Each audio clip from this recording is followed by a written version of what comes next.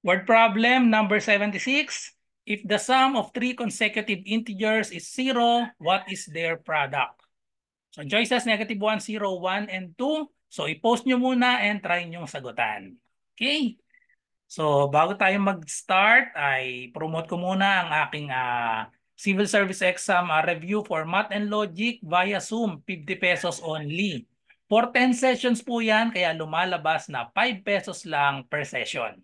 Okay, so limited slot lang po ito. Medyo marami nang nag-avail, kaya ano pang inaantay nyo, mag-PM na kayo sa Messenger RJ Enseñado. I-PM nyo lang po ako sa Messenger at hindi ako laging online sa TikTok. Okay? So, let's start. So if the sum of three consecutive integers is 0, what is their product? So sagutan natin ng dalawang ways ito kasi may shortcut tayo kapag ganitong consecutive integers tapos given yung sum, madaling makuha yung mga integers natin. So ang tinatanong dito, what is their product? Okay, so sagutan natin shortcut tsaka yung algebra, yung magagamit tayo ng unknown na x or any variable. Okay, so ang sabi dito, the sum of three consecutive integers is 0. What is their product? So kapag ganitong shortcut sa kapag given yung sum ng consecutive integers, given yung sum, ang sum daw ay 0, ito yung shortcut, i-divide lang natin yan kung ilan sila. Ilan ba yung sabi sa problem? 3. 3 consecutive integers.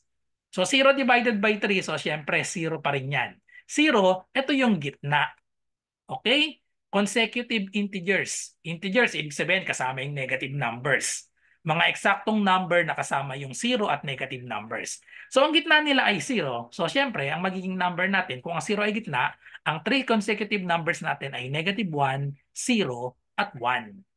Okay? So ngayon, ano yung product? Ang product ay di-multiply lang natin yan. So negative 1 times 0 times 1, that is equal to 0. Kasi any number multiplied by 0, the answer is 0. The correct answer is letter B, 0. Okay? So ito yung shortcut. Paano naman kapag gumamit tayo ng x? So pwede tayong x. Ito yung first natin. First integer.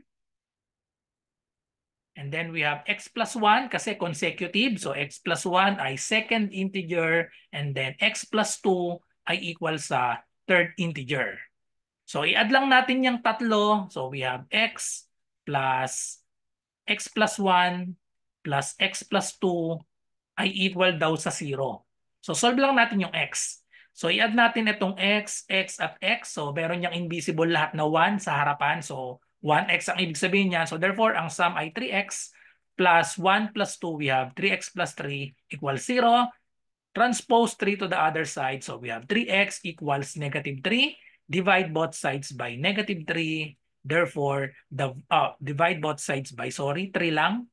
Divide both sides by 3. Therefore, the value of x is negative 3 divided by 3, negative 1. So therefore, the numbers are negative 1. Susunod sa kanya, plus 1. So negative 1 plus 1. So that is 0 plus 1. That is 1. So ano ang product nitong tatlo? Negative 1, 0, and 1. The product is 0 pa rin. So therefore, letter B pa rin yung tamang sagot.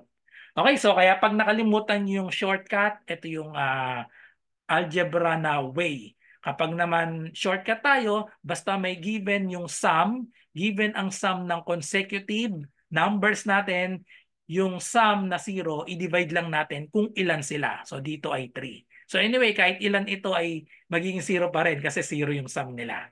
Okay, so that's it. So I hope may natutunan kayo sa video na ito at kung meron kayong math question, ay i-PM nyo lang po ako. Comment nyo sa video na ito or i-PM nyo ako sa Messenger RJ Enseñado.